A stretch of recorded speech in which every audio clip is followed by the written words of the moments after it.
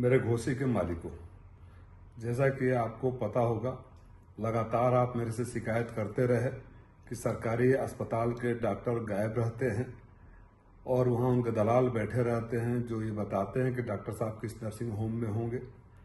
दवाइयाँ बाहर लिखी जाती है, वहाँ के डॉक्टर मरीजों के साथ बदतमीजी करते हैं, सुविधाओं का अभाव है।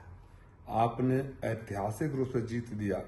आपके आदेश को मानते हुए मैं जिला अस्पताल गया, मुख्य चिकित्सक अधीक्षक के साथ मैं पूरे अस्पताल का दौरा किया। तमाम खामियां पाई गई। आपकी बातें सच साबित हुई। कई चैम्बर में डॉक्टर नहीं थे और दलाल बैठे हुए थे, जिसको मुख्य चिकित्सा अधीक्षक ने स्वयं नोट किया। कहीं मरीज जमीन पर पड़ा हुआ था। आप सब गवाह हैं उसके, मीडिया के साथी थे, अधिकारी थे, डॉक्टर थे। कहीं कोई मैं एक पढ़ा लिखा सांसद हूँ, उसी के हिसाब से मैं खाली नोट कराता गया। उस आखिरी कमरे में जब हम पहुंचे तो देखे कि बाहर मरीज परेशान है, कुछ महिलाएं रो रही हैं, चिल्ला रही हैं। मैंने पूछा तो एक महिला ने बोला, गरीब महिला ने, कि 11 बजे डॉक्टर साहब आए और डांट रहे हैं। भीतर हम गए, तमाम मरीज और पत्रकार नाराज थे। मुझे लगा कि मन आक्रोश में कहीं बाहर न चला जाए। मैं सबको मना किया। मैं बोला मैं बात कर रहा हूँ, मैं डॉक्टर से सिर्फ इतना ही कहना चाहता था कि हम पढ़े लिखे लोग हैं, मारपीट नहीं करते हैं। किसी ने कहा कि 11 बजे आते हैं, 12:30 बजे चले जाते हैं, फिर घर पे बुलाते हैं। किसी ने कहा कि बदतमीजी करते हैं, किसी ने कहा कि हेलमेट चला कर मारते हैं, किसी ने कहा कूटते हैं।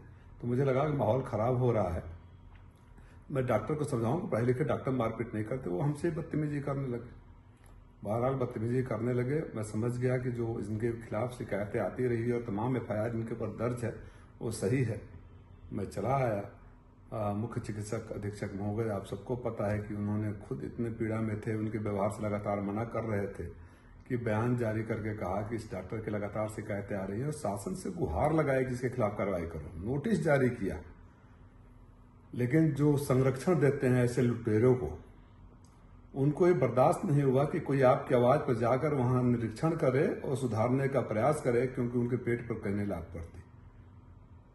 उनके सह पर डॉक्टर के जवाब को, जो शो का नोटिस मिला था, जवाब को ही पुलिस की कॉपी निकालकर मुकदमा मेरे पर दर्ज कर देती है। ये अद्भुत घटना आपके मऊ में, ये कारनामा मऊ में ही हो सकता है कि जिसके सबसे बड़े डॉक्टर अधिकारी ने जिसके खिलाफ, जिस डॉक्टर के खिलाफ अनुशंसा करी हो, कठोर कार्रवाई की शासन से गुहार लगा रहा हो, पत्र लिख रहा हो, उस डॉक्टर को बचाने के लिए उस सांसद पर ही केस करा दिया गया जो आपके सवाल पर वहां गए थे।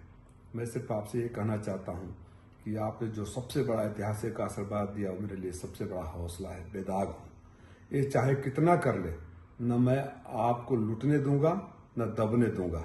जो हमारे गरीब मरीजों को लूटेगा उनकी डॉक्टरी नहीं चलेगी, चाहे कितने भी मुकदमे करा लो। जो दवाई बाहर से लिखने के लिए बोलेगा, जो डॉक्टर घर पे बुला कर इलाज करेगा, जो मरीजों से बदतमीजी करेगा, उसके खिलाफ हम घेराव करेंगे, कार्रवाई करेंगे और सदन तक आवाज उठाऊंगा। इस मुद्दे को कोई सोच रहा हो कि राजीव राय को डरा दिए, आपका ये बेटा, आपका भाई डरने वाला नहीं है। माननीय मुख्यमंत्री जी, आप स्वयं संज्ञान लीजिए। पता नहीं आपकी जानकारी में है कि नहीं है कि आप जो दावे करते हैं, आपका सांसद जब जाता है और वो सही पाता है जो जनता शिकायतें करती है, अगर आपके संरक्षण में या आपकी जानकारी में, माननीय उप मुख्यमंत्री जी ने, जो स्वास्थ्य मंत्री भी है, तो 1 साल पहले वादा किया था कि कठोर कार्रवाई होगी। तो जो उप मुख्यमंत्री ने वादा किया, जो मुख्य चिकित्सा अधीक्षक गुहार लगा रहे हैं, लेटर लिख रहे हैं, अगर उस पर कार्रवाई नहीं हुई तो आपकी आवाज उठाने वाले पर जो कार्रवाई करता है उसके खिलाफ तो जनता सड़कों पर उतरेगी। और जिन लोगों ने भी ऐसे संरक्षण दिया है उनको तो जनता के नजरों में आज कहां खड़े होंगे वो स्वयं सोचे।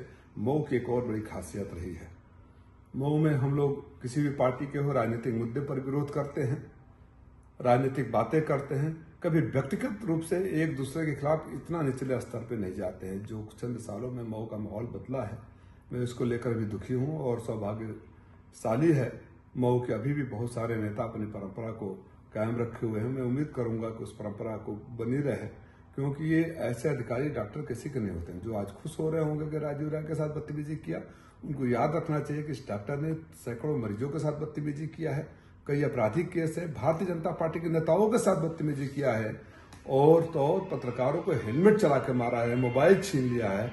ऐसे छिनैती, डकैती और मारपीट करने वाले डॉक्टर जिसके ऊपर कई आपराधिक मुकदमे दर्ज हैं, उसको बचाने के प्रयास करने वाले कितने बड़े महापुरुष होंगे, ये मैं घोसी के मालिकों के ऊपर छोड़ता हूँ।